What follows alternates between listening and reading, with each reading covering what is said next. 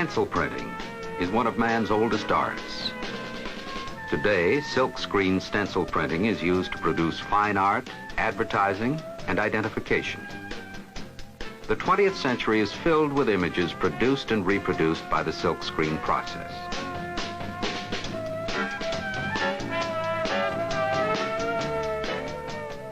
You can produce complex works of commercial and fine art in the classroom.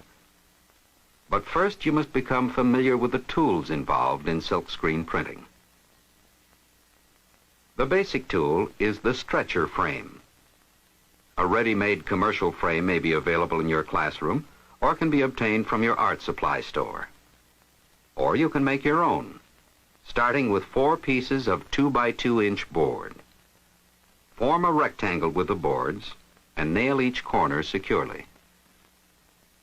To strengthen the frame, put metal corner braces at the inside edge of each corner. When printing, you'll also need a registration board. You can make your own by nailing 2 short boards to a piece of plywood, forming a square corner. The commercial frame is used with a ready-made registration board. Special hinges attach it to the stretcher frame.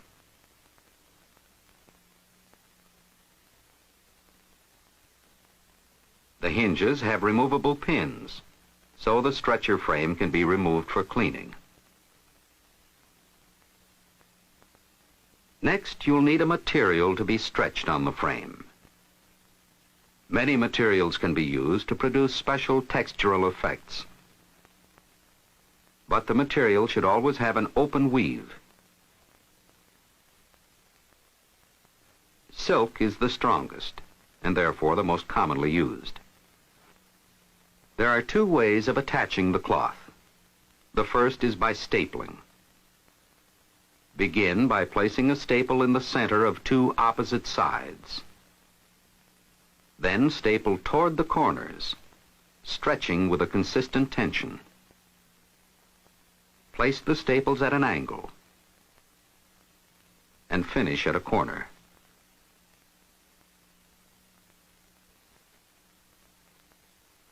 For a smooth surface, tap the staples flat.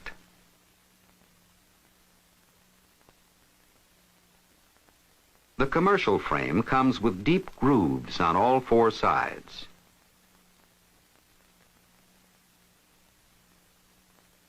Rubber inserts are used to hold the silk instead of staples.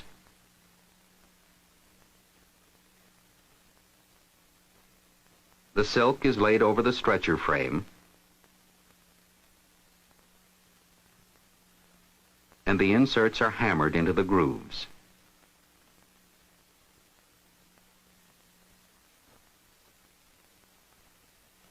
The silk is stretched tighter by driving the inserts farther into the grooves using half a hinge.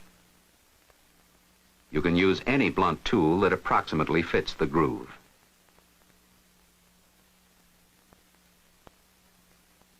After the inserts are firmly in place, the excess silk is trimmed away. The strip of cardboard protects the frame. Trim the silk evenly about 3/4 of an inch in from the edge of the stretcher frame. Trim all 4 sides. The silk in both stapled and insert frames must be masked with brown paper tape about 2 inches wide. The tape prevents blotting during printing and also creates a place to pour the paint.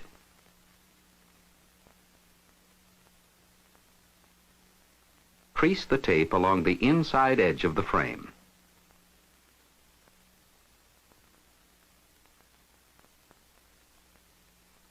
Wet the tape by pulling it over a damp sponge.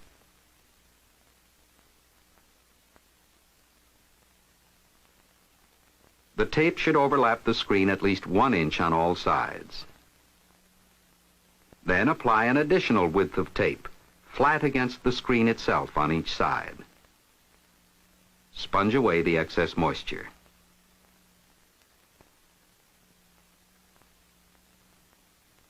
Each corner is leak-proofed with a square piece of tape.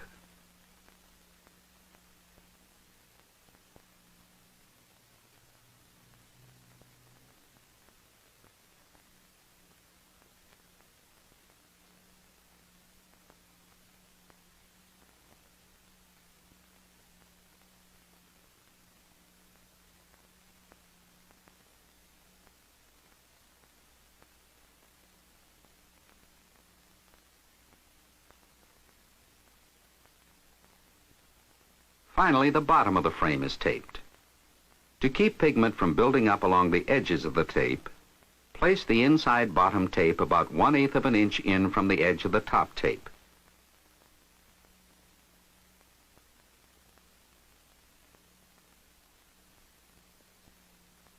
When the tape is completely dry, waterproof it by applying 2 or 3 coats of shellac.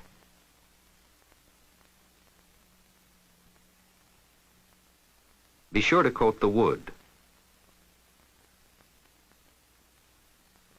The shellac should overlap onto the screen about 1/8 of an inch. This keeps pigment from seeping under the tape and loosening it. Clean drops and spills immediately, but be careful. Most solvents are extremely inflammable. Use a little solvent on a rag and rub the screen carefully until the shellac dissolves. When the shellac is dry, clean the screen with a damp sponge.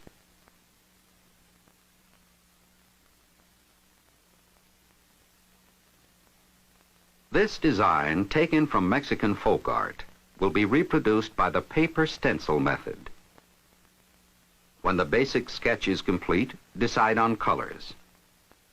Remember, you must use a different stencil for each color you wish to print.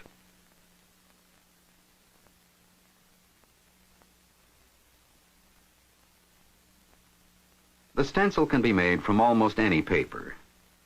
The most commonly used are tracing paper, butcher paper, and thin waxed paper.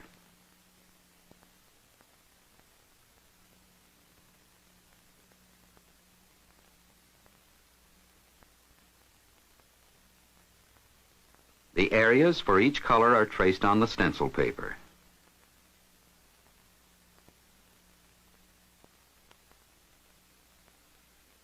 Then, with a knife or single-edged razor blade, carefully cut the stencil.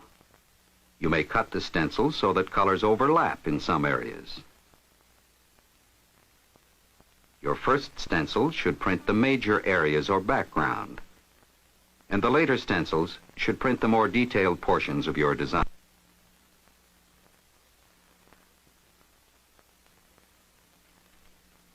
The 4 finished stencils with the colors that will be used to print this design.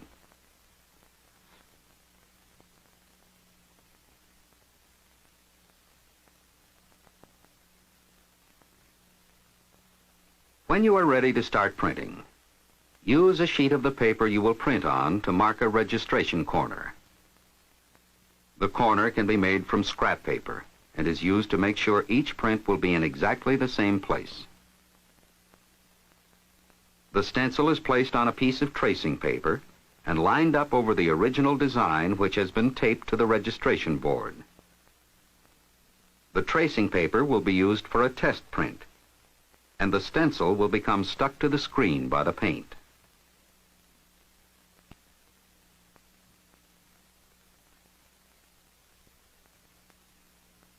The next step is printing. Use good oil or water-based paints. The squeegee must be a little narrower than the width of the screen. The nails extend beyond the frame width to keep the squeegee from falling into the paint. Use enough paint to cover the screen well. Pour it carefully onto the tape.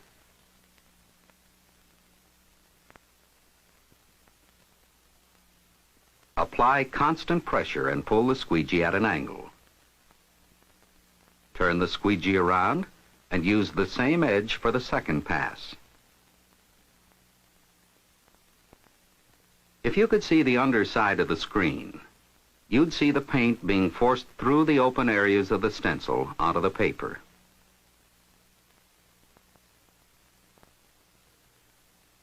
Remove the trial print. The paint now keeps the stencil stuck to the bottom of the screen. Insert the paper for your first print and print as many duplicates as you wish.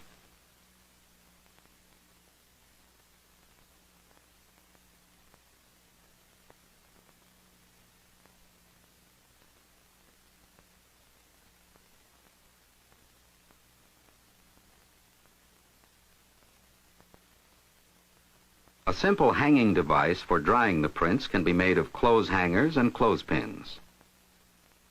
When you have completed printing the first color, remove the excess paint from the stretcher and put it back in the jar. Remove the screen from the registration board and clean it immediately.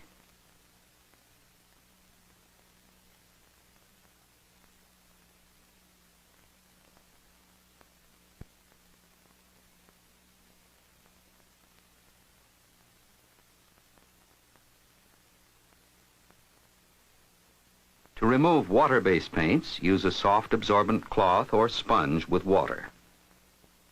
For oil-based paints and lacquers, use the appropriate solvent. You may reuse a screen many times if you clean it carefully immediately after printing. When the screen is dry, insert your second stencil and make a test print.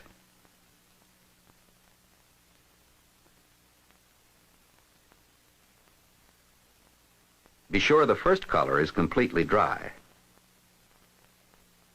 Carefully line up the first print with a registration corner. For the second color, repeat the same printing steps as used for the first.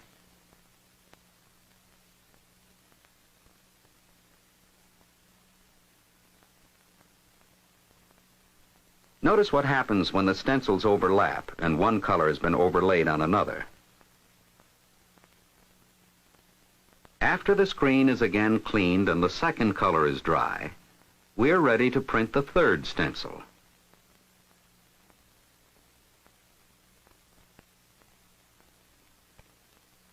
This stencil adds color accents.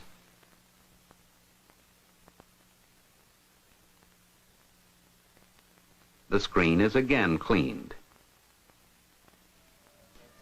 The fourth and final stencil adds the finishing details, and the print is complete.